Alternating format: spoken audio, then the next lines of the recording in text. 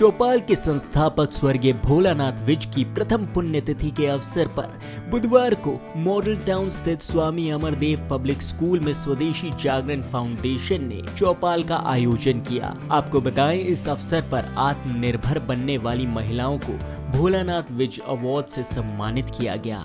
साथ ही पाकिस्तान से आई विस्थापित कामकाजी महिलाओं को ऋण के चेक दिए गए।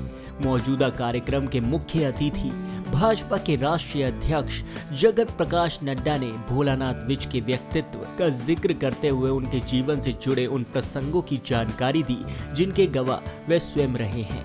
इस अवसर पर आपको बताएं, पंजाब केसरी की डायरेक्टर, वरिष्ठ नागरिक केसरी क्लब की चेयरपर्सन और चौपाल की मुख्य संरक्षिका श्रीमती किरण चोपड़ा की उपस्थिति के बीच भोलानाथ विज अवार्ड से कामकाजी महिलाओं को सम्मानित किया जाना विशेष गौरवशाली पल था।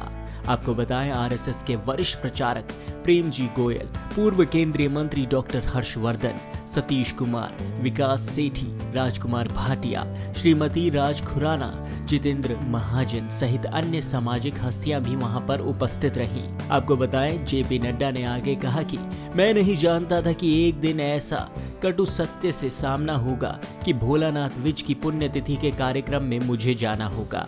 उन्होंने मुझे चौपाल के लिए आमंत्रित किया था, लेकिन तब मैं नहीं आ सका। लेकिन अब दूसरी बार आया हूँ तो उनके पुण्यतिथि कार्यक्रम में शामिल होना पड़ रहा है। निसंदेह ये मेरे लिए दुखदायी पल है।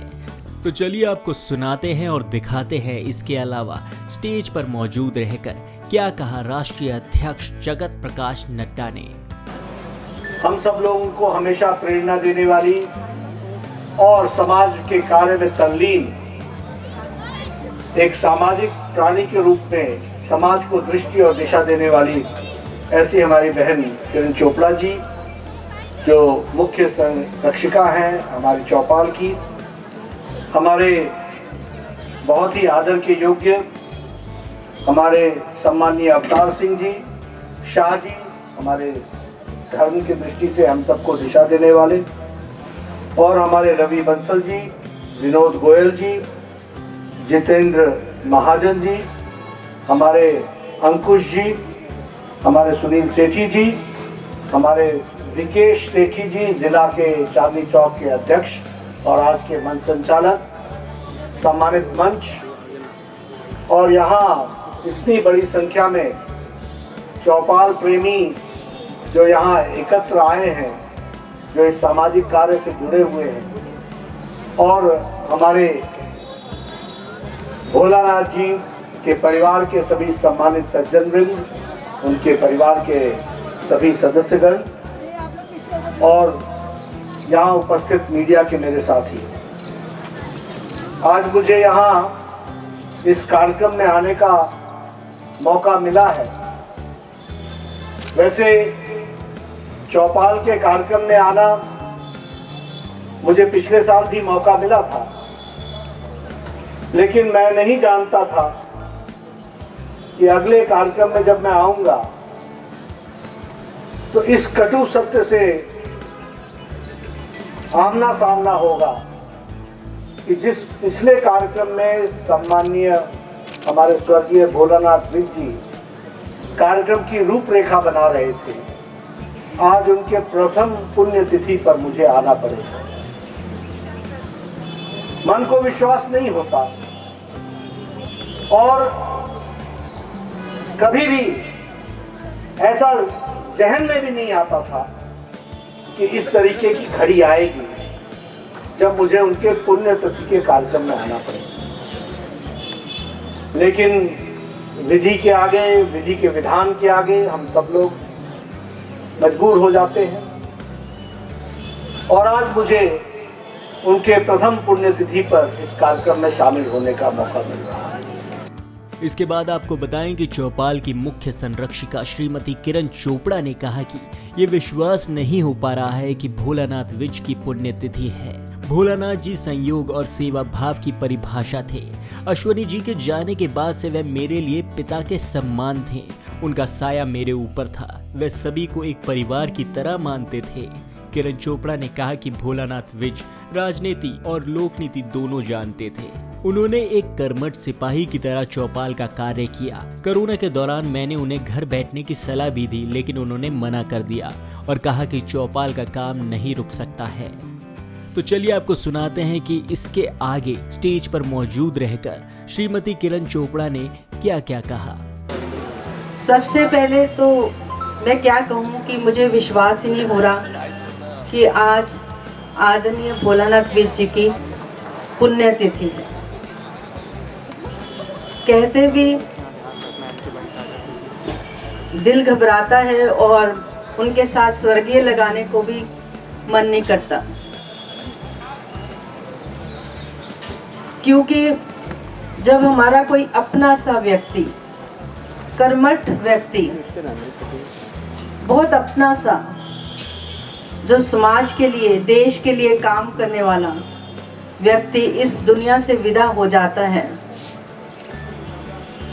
तो कहीं ना कहीं ऐसा लगता है कि वो हमारे आसपास है,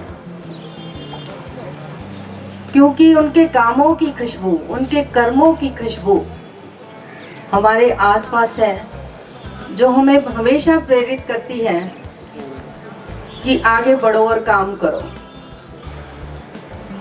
हम सभी जानते हैं कि ये विधि का विधान है और कुछ बातें हमारे हाथ में नहीं है। जीवन मरण, लाभ हानि, यश अपयश से भी सब विधि हाथ। ये सब कहने को अक्सर मैं कई जगह जाती हूँ जहाँ लोग चले जाते हैं, तो ये कहने को तो बहुत बड़ी बात लगती है, पर जब अपने पे आती है, अपने किसी निकट व्यक्ति को खोना पड़ता है, तो ये बहुत मुश्किल लगती है। क्योंकि भोलानाथ विज जी संस्कार, सहयोग, सहनशीलता, सेवा भाव के एक परिभाषा थे। वो एक चलता फिरता एक इंस्टीट्यूशन थे, एक व्यक्ति नहीं थे। और उनके लिए अपना परिवार ही नहीं परिवार था, उनके लिए चौपाल का परिवार भी परिवार था। मेरे लिए अश्विनी जी के जाने के बाद एक बहुत बड़ा आघात था, क्योंकि वो मुझे एक पिता के समान और भाई के समान हमेशा देखते थे और हमेशा मुझे कार्य करने के लिए प्रेरणा देते थे। उनका जाना हमारे लिए बहुत ही मुश्किल है, स्पेशली सभी परिवार वालों के लिए, क्योंकि उनका परिवार सिर्फ अपना परिवार नहीं, ये सब बैठे जो सामने हैं वो भी उनका परिवार है, और जो मंच पे बैठे हैं वो भी उनका परिवार है। जैसे कि हमने आपको बताया, कार्यक्रम में भाजपा के राष्ट्रीय अध्यक्ष जगत प्रकाश नड्डा, श्रीमती किरण चोपड़ा के अलावा और भी कई दिग्गज लोग मौजूद थे। उन्हीं में से एक थे डॉक्टर हर्षवर्धन। जब डॉक्टर हर्षवर्धन की बारी आई तो उन्होंने कहा कि नवंबर का वो समय उन्हें ध्यान में आता है जब आखिरी बार एम्स के आईसीयू सेंटर में तैनात डॉक्टर के फोन से भोलानाथ विज से बात हुई थी। उस पल को ध्यान में रखकर आज आप सभी की तरह मैं भी भावुक हूँ। जिन लोगों ने उनके सामाजिक जीवन को नजदीकी से देखा है, वो लोग जानते हैं कि भोलानाथ विज एक राजनीतिक नहीं बल्कि सामाजिक व्यक्ति थे। तो चलिए अब आपको खुल के सुनाते हैं कि इसके अलावा क्या क्या कहा पूर्व केंद्रीय मंत्री डॉक्टर हर्षवर्धन ने। मुझे वो सारे क्षण याद आ रहे हैं जो नवंबर के महीने में जब Bholanath Vij ji all India institute of medical sciences में एडमिट थे। शायद उनके साथ जो आखिरी बातचीत है वो मुझे ख्याल नहीं कि 14 नवंबर था या वो 15 नवंबर था, जब आईसीयू के डॉक्टर्स के मोबाइल के ऊपर उनसे बातचीत आखिरी बार हुई थी। हर दूसरे चौथे दिन उनसे बातचीत होती थी अस्पताल में रहते हुए। वो ठीक होते जा रहे थे, लेकिन उसके बावजूद भी उनकी जो ऑक्सीजन की रिक्वायरमेंट थी वो कम नहीं हो रही थी। और 14-15 तारीख के आसपास उन्होंने कहा कि अब डॉक्टर साहब अब छुट्टी दिला दीजिए, अब मेरे को अस्पताल में रहने का मन नहीं करता है।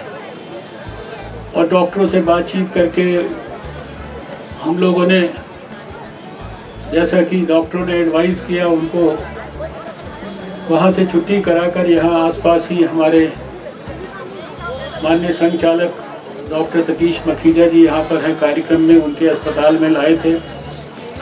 और शायद भोलानाथ जी यहाँ पर आए इसीलिए थे कि वो सब परिवारजनों से मिलना चाहते थे। वो थोड़े समय में सब लोगों को मिले और फिर उसके बाद वो दुर्भाग्यपूर्ण क्षण आया जब उन्हें मैसिव हार्ट अटैक हुआ और वो हमें छोड़कर चले गए। डॉक्टर हर्षवर्धन के अलावा स्टेज पर बोलने आए प्रेम जी गोयल, जिन्होंने आते ही मोदी सरकार की प्रशंसा की। आपको बताएं, आरएसएस के वरिष्ठ प्रचारक प्रेम जी गोयल ने भोलानाथ विज के जीवन का चित्रण करते हुए कहा कि वह शारीरिक दृष्टि से आज मौजूद नहीं है, लेकिन वह आज भी, कल भी और आगे भी हमारी बीच मौजूद रहेंगे। उन्होंने कहा कि मैं उन्हें 1962 से उनके विद्यार्थी जीवन से जानता था। इसके अलावा मोदी सरकार के कामों की प्रशंसा करते हुए उन्होंने कह दिया कि 2025 तक हम लाहौर और कराची वापस ले लेंगे। तो चलिए आपको खुल के सुनाते हैं कि क्या क्या कहा प्रेम जी गोयल ने। श्री भोलानाथ जी विज आज शारीरिक दृष्टि से हमारे बीच में नहीं, ये बात सत्य है, परंतु भोलानाथ जी विज कल भी थे, आज भी हैं और कल भी रहे।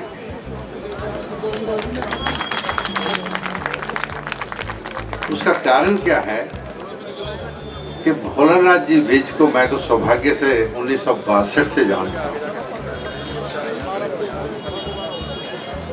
जब विद्यार्थी थे। अभी राजनीतिक क्षेत्र में भी गए, विद्यार्थी परिषद के बाद काम किया, सामाजिक कार्यों में तो लगे हुए ही थे। यदि एक वाक्य कहना हो उनके लिए कि भोलानाथ जी विज अपने लिए नहीं, अपनों के लिए जिए हैं, अपनों के लिए। वसुदेव कुटुंबकम, ये जो भारतीय संस्कृति की देन है कि विश्व का हर प्राणी मात्र मेरा अपना है, चाहे झुग्गी झोपड़ी में रहता है या 2 मंजिल 3 मंजिल पक्के मकानों में रहता है, परंतु वो अपना है। इस चिंतन को लेकर जो चौपाल के कार्यक्रम में अपने जीवन को अंतिम तक समर्पित करते रहे। ना देर है अब, ना अंधेर है अब। मेरा विश्वास है कि 2025 के अंदर हम लाहौर भी जाएंगे, कराची भी जाएंगे और अपने सब स्थानों को संभालेंगे 2025 में, क्योंकि 2025 का जो वर्ष है 1925 के अंदर उसकी नींव डल चुकी थी।